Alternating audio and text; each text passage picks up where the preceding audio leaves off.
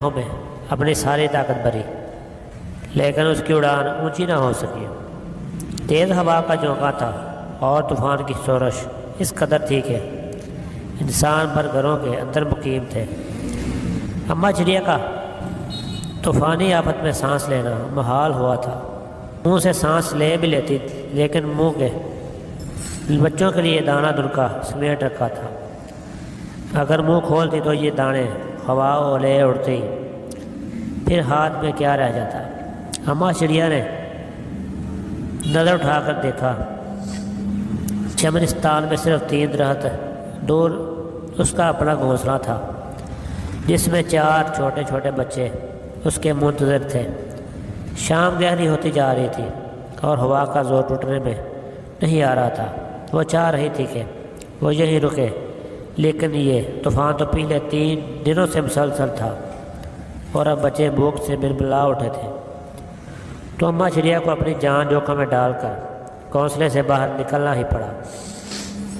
اماں چڑیا کو یاد آیا، راستے میں کئی جگہ اسے پانی بھی ملا تو وہ حلق میں نہ ڈال سکی کیونکہ بچوں کی بھوک کا خیال حاوی تھا۔ اب دانہ دنکا منہ میں تھا لیکن وہ پیٹ نہ بھر سکتی تھی۔ رات کے اندھیرے میں بجلی ایک درخت پر آ گری۔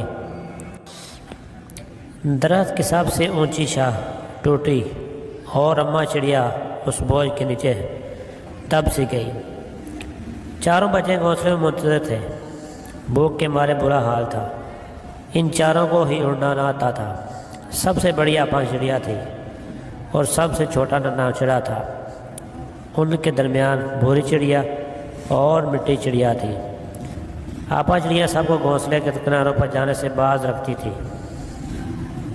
اور بوڑھی چڑیا اور مٹی چڑیا شور مچا رہی تھی، اماں کہاں رہ گئی، ہمیں بھوک لگ رہی ہے۔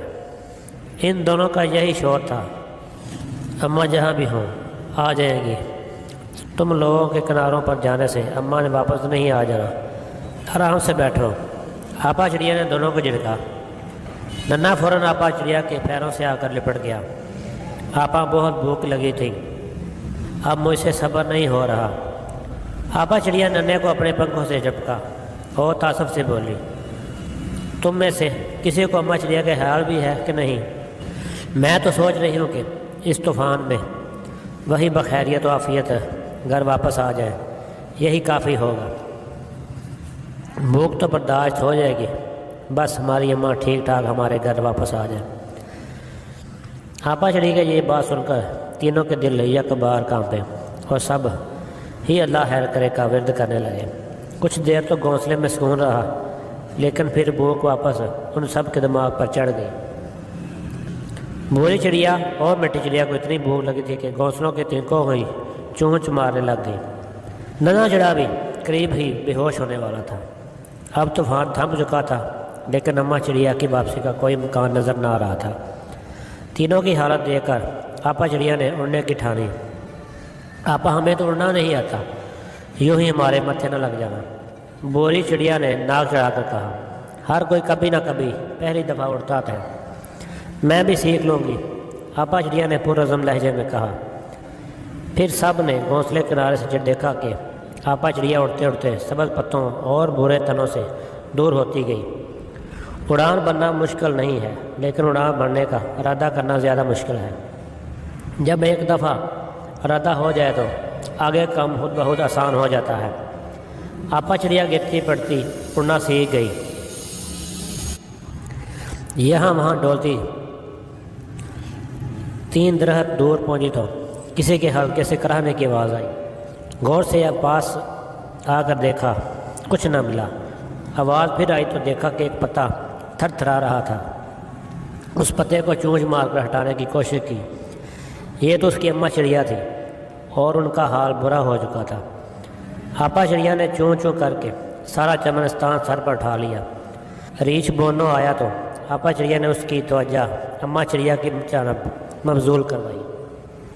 صرف ایک ہاتھ کی مار تھی۔ بونو ریچھ نے ایک ہی ہاتھ سے شاہ کو اماں چڑیا سے پرے پھینکا۔ اماں چڑیا کو ہلانے جلانے کی کوشش کی لیکن انہوں نے منہ نہ کھولا۔ کچھ دیر بعد تنفس حال کر کے اماں چڑیا اڑنے لگی۔ آپا نے بہت پوچھا، اماں بتاؤ کیا ہوا ہے؟ منہ سے بولا، لیکن اماں چڑیا نے منہ نہ کھولنا تھا اور نہ کھولا۔ اماں چڑیا کا منہ گھونسلے تک بند ہی رہا۔ آپا چڑیا کے سنگ دھیرے دھیرے اڑتے اڑتے وہ اپنے گھونسلے پہنچی۔ ان کی اڑان ایسی تھی جیسے کوئی پرندہ اپنی پہلی اڑان بھرتا ہے۔ کنارے سے لگے تو 3 فوس میں زندگی بھر گئی۔ ان کی بھوک میں بھی تیزی آئی، لیکن اماں کو دیکھنے کا سکون طمانینت بن کر ان کی آنکھوں سے جل ملانے لگا۔ گھونسلے کے فرش پر جب اماں چڑیا لیٹ گئی تو اور تینوں اس پر چمٹ گئے، تو اماں